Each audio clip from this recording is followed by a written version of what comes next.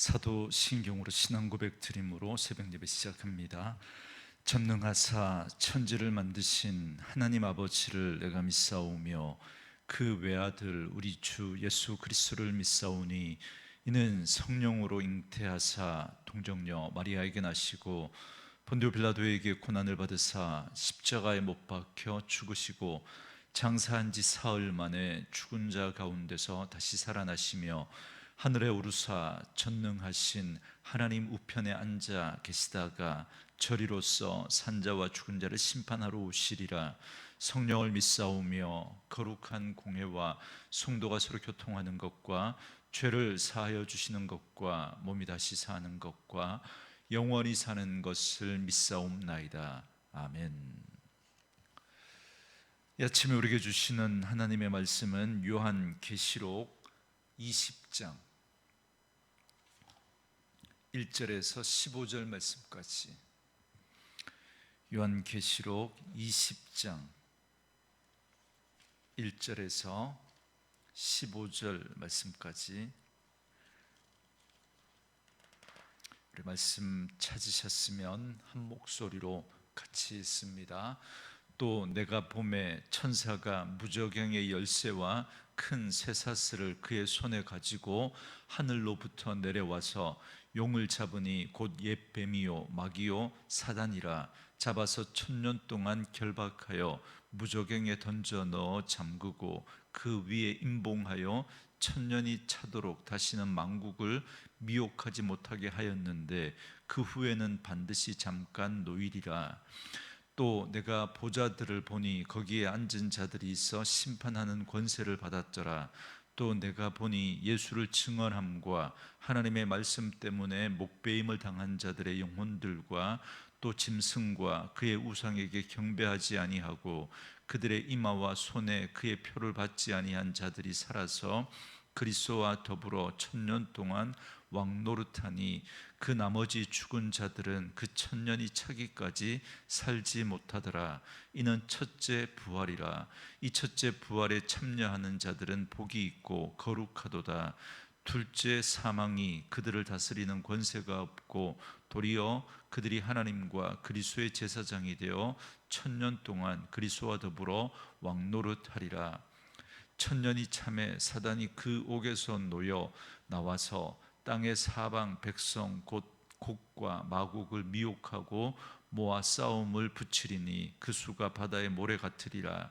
그들이 지면에 널리 퍼져 성도들의 진과 사랑하시는 성을 두루매 하늘에서 불이 내려와 그들을 태워버리고 또 그들을 미혹하는 마귀가 불과 유황못에 던져지니 거기는 그 짐승과 거짓 선지자도 있어 세세토록 밤낮 괴로움을 받으리라. 또 내가 크고 흰 보좌와 그 위에 앉으신 이를 보니 땅과 하늘이 그 앞에서 피하여 간데 없더라. 또 내가 보니 죽은 자들이 큰 자나 작은 자나 그 보좌 앞에 서 있는데 책들이 펴 있고 또 다른 책이 펴졌으니 곧 생명책이라. 죽은 자들이 자기 행위를 따라 책들에 기록된 대로 심판을 받으니 바다가 그 가운데에서 죽은 자들을 내주고 또 사망과 음부도 그 가운데에서 죽은 자들을 내주매 각 사람이 자기 행위대로 심판을 받고 사망과 음부도 불못에 던져지니 이것은 둘째 사망 곧 불못이라. 누구든지 생명책에 기록되지 못한 자는 불못에 던져지더라. 아멘. 오늘은 함께 읽으신 요한계시록 20장 1절에서 15절 말씀을 중심으로 천년 왕국과 마지막 심판이라는 제목의 말씀으로 잠시 은혜를 나누겠습니다. 어제 말씀인 계시록 19장에서 우리는 마지막 아마겟돈 전쟁에서 그리스도와 그를 따르는 군대의 승리에 대해서 살펴봤습니다. 반면에 그리스도를 알지 못하고 따르지 않는 자들은 패배하여 새들의 먹이가 될 것을 또한 살펴봤습니다. 그리고 이제 오늘 본문 20장에 들어와서 교회의 승리에 대해서 다시 한번 확대하며 그 그림을 자세하게 보여주십니다. 먼저 1절부터 3절을 보시면 용이라 상징되는 옛뱀, 마귀, 사단의 최후의 운명에 대해서 말씀해 줍니다. 이 용이 1000년 동안 결박당하여 무저갱에 던져져 임봉됩니다. 여러분 마태복음 12장 28절과 29절 말씀에 보면 예수님이 성령을 힘입어 귀신을 쫓아내신 그 사건을 가리켜서 어떻게 말씀하시느냐면 이는 하나님의 나라가 이 땅에 이미 임하였다는 것이고 그리고 사탄은 이미 결박된 것이다, 이렇게 예수님이 해석해서 말씀해 주십니다.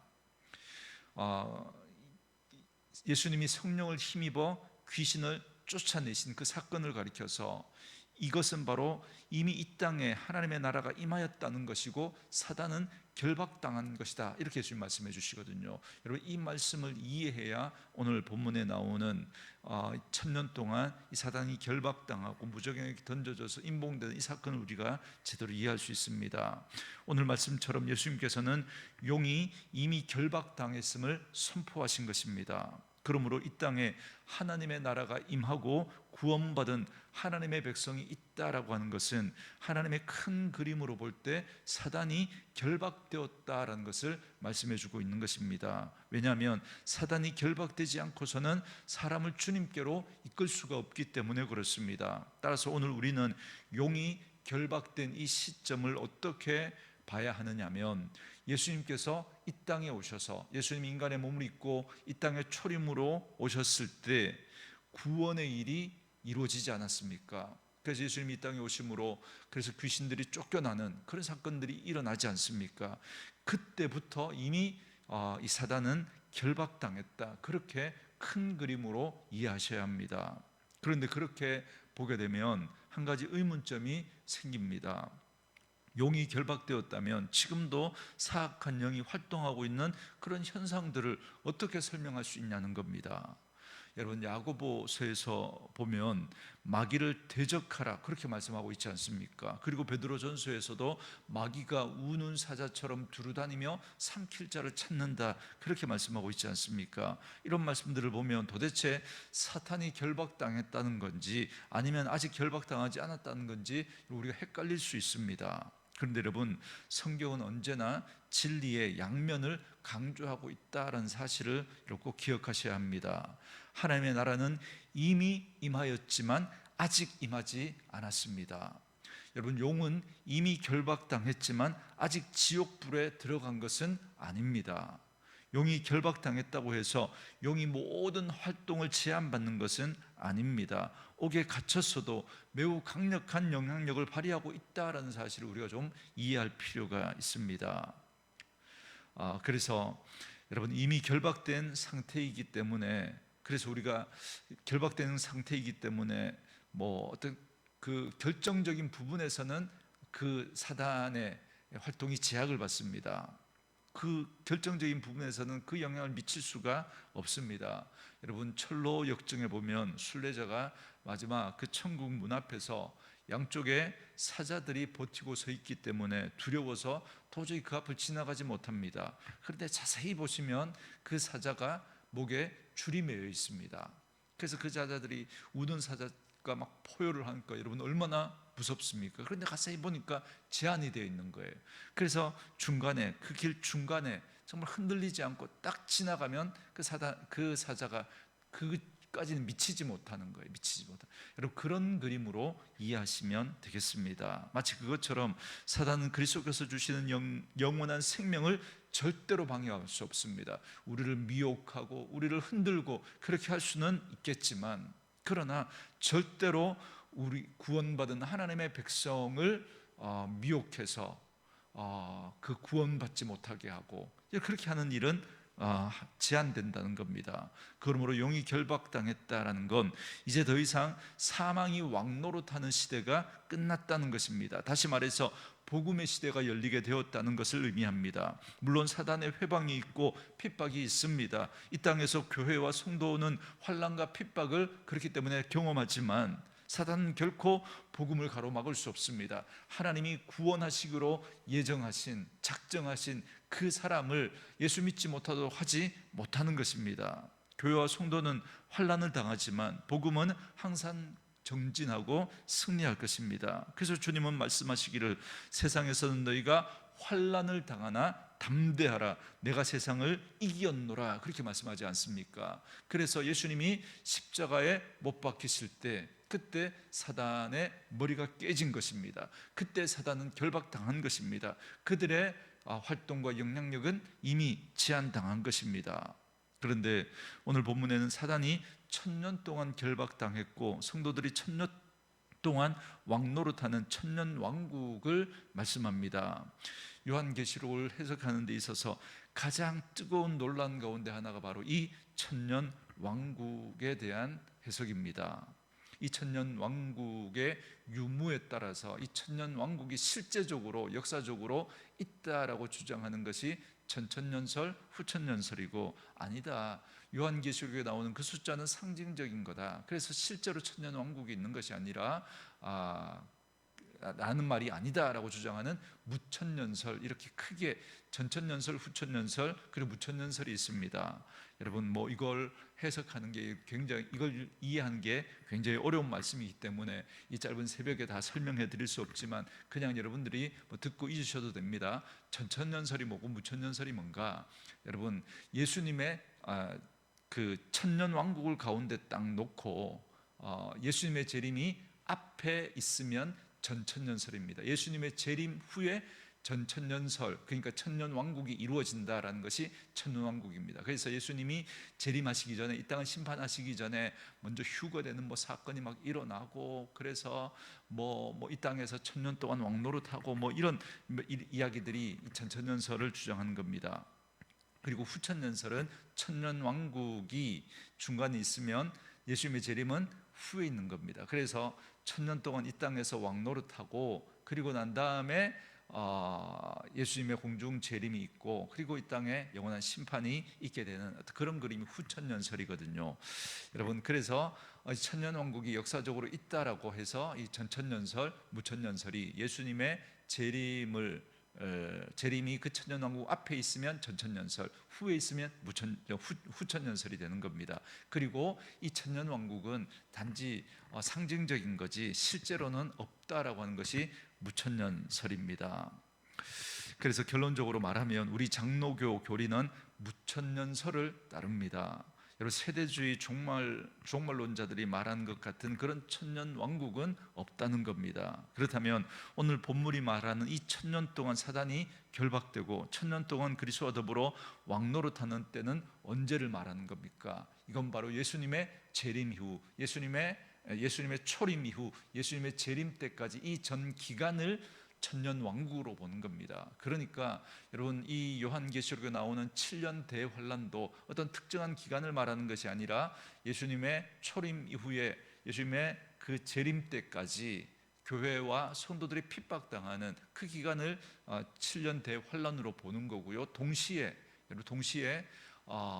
우리가 예수 믿는 우리 그리스도인들은 베드로서 말씀에 따르면 우리가 왕 같은 제사장이라고 말씀하지 않습니까? 그래서 그 기간 동안, 예수님의 초림과 재림 사이의 그 기간 동안 우리가 실제로 왕노릇하며 살아가는 것은 아니지만 영적으로 볼 때 우리는 왕 같은 자로 우리 이 땅을 하나님의 백성으로 살아가는 것을 말씀합니다. 여러분, 요한계시록에 나오는 숫자들은 상징적인 의미로 사용되었다라는 걸 우리가 계속해서 거듭보지 않습니까? 따라서 오늘 본문에 기록된 천년도 실제적인 천년이 아니라 상징적인 겁니다. 그렇다면 이 천년 동안 왕노릇한다는 게 무슨 의미냐면, 잘 아시는 것처럼 베드로는 예수 믿는 우리를 향하여 왕 같은 제사장이라고 했습니다. 실제로 왕이 아니라 왕처럼 살아가는 것이죠. 비록 이 땅에서 연약하고 부족하게 살아갈지라도 영적으로 볼 때 우리는 왕의 행세를 하며 살아가고 있는 것입니다. 세상에서는 비록 우리가 아무도 알아주는 이 없지만, 무명하지만 우리는 오직 믿음으로 존귀한 삶을 살게 된 것입니다. 이제는 왕처럼 그 어떤 것에도 얽매이지 않고 두려워하지 않고 하나님의 자녀로서의 믿음의 권세를 가지고 이 땅을 살아갈 수 있는 것을 말합니다. 그래서 이 기간 동안 우리는 1000년 동안 왕노릇을 하고 있는 거예요. 왕으로서의 그 삶을 살아가고 있는 것입니다. 그러니까 혹시 나중에 1000년 왕국에서 왕노릇하며 고을을 우리가 다스릴 거다 그렇게 생각했다면 사실 이건 큰 착각입니다. 왜 우리가 이런 이야기들에 많이 우리가 헷갈리냐면, 우리 한국 교회에 처음에 우리 초기에 선교사님들이 들어올 때 그때 그 당시 미국에서 유행했던 교리가 세대주의 종말론, 이게 유행을 했습니다. 거기에 많은 분들이 영향을 받았고, 그런 잘못된 교리가 초기 선교사님을 통해서 우리에게 잘못 전해졌습니다. 그러나 말씀드린 것처럼 여러분, 이건 숫자는 상징적인 것이지 실제를 말하는 게 아닙니다. 이미 우리는 예수 믿는 우리 그리스도인들은 이 땅에 하나님의 백성, 하나님 나라의 왕자로, 그렇게 하나님 나라의 공주로, 그렇게 우리는 왕같은 제사장의 삶을 우리는 이미 살아가고 있는 것입니다.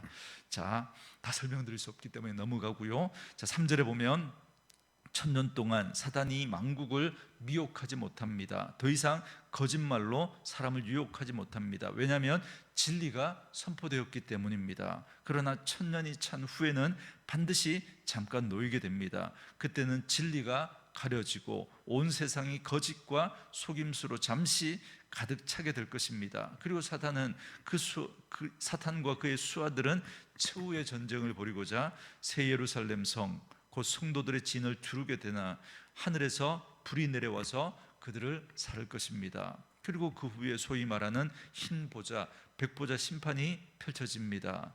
최후의 심판이 행해지는 것입니다. 그리고 영원한 사망에 던져지는데 이는 둘째 사망입니다. 그러므로 오늘 우리가 명심할 것은 사단은 지금 무저경에 던져져 있다라는 사실입니다. 1000년 왕국이 나중에 이루어진다라고 생각하는 것은 우리가 복음의 능력과 권세를 몰라도 여러분 우리가 너무 모르는 그런 생각입니다. 예수 그리스도의 말씀이 전파됨으로 사단이 이미 결박되었습니다. 그리고 우리는 복음으로 왕같은 권세를 가지고 이 땅을 살아가게 되었습니다. 그러므로 우리는 어떠한 고난과 박해와 권세에도 굴하지 않고 더욱 담대한 믿음으로 살아갈 수 있어야 합니다. 그리고 또 한 가지 우리가 명심할 것은 마지막 하나님의 심판대 앞에 세상 모든 사람들이 서게 될 것이다 라는 사실입니다. 그때에는 하나님의 보좌에는 두 개의 책이 있습니다. 하나는 행위의 책이고 하나는 생명책입니다. 하나는 생명책이고 하나는 행위의 책인데, 행위의 책이다라고 기록되어 있지 않았지만 행위가 기록되어져 있다. 그렇기 때문에 우리가 흔히 이제 그 행위의 책 그렇게 말합니다. 잘 보시면 어떤 사람들은 생명책에 기록된 대로 구원을 얻고 또 어떤 사람은 행위의 책에 기록된 대로 이렇게 심판을 받습니다. 그런데 오늘 이 말씀을 오해해가지고 이 행위의 책에 기록된 대로 상급을 얻는다 그렇게 주장하는 분들이 있는데, 여러분 여기서는 그런 의미가 아닙니다. 여러분 오해하지 마십시오. 제가 상급론이 없다고 주장하는 목사가 아니라는 거 여러분들이 잘 아시지 않습니까? 저는 어느 누구보다도 상급이 있다고 분명히 믿는 목사입니다. 그런데 오늘 본문에 사용되어진 이 행위의 책, 이게 여기에 기록된 대로 우리가 뭐 어떤 상급을 받는다 그걸 말하는 건 아니라는 겁니다. 오늘 본문 어디에도 그런 말씀은 없습니다. 다만 악한 자들은 행위의 책에 기록된 대로 그 행위대로 심판을 받을 것을 말씀하고 있습니다. 그들은 영원한 사망, 이 둘째 사망에 처하게 됩니다. 그리고 생명책에 기록된 사람들은 첫째 부활, 영원한 생명에 이르게 됩니다. 그래서 15절에 보시면 누구든지 생명책에 기록되지 못한 자들은 불못에 던져지더라 그렇게 말씀합니다. 여러분 우리는 우리의 어떤 행위로도 여러분 구원받을 수 없다는 거 성경이 거듭거듭 우리에게 말씀해 주고 있지 않습니까? 여러분 그렇기 때문에 우리의 어떤 행위로도 그것 때문에 우리가 생명책에 기록되는 것은 아닙니다. 또 우리의 어떤 행위로도 또 생명책에서 여러분 삭제되는 일도 없습니다. 하나님의 작정은 영원한 작정입니다. 하나님께서 구원하시기로 작정하실 때 결코 여러분 거기에 실패하거나 중도에 변경되는 부분은 없습니다. 왜냐하면 하나님은 영원 불변하신 분이시기 때문입니다. 그렇다면 생명책에 기록된 사람들은 악한 행위를 해도 구원받습니까? 이렇게 묻는 분들이 있습니다. 여러분 사실 이건 말장난이거든요.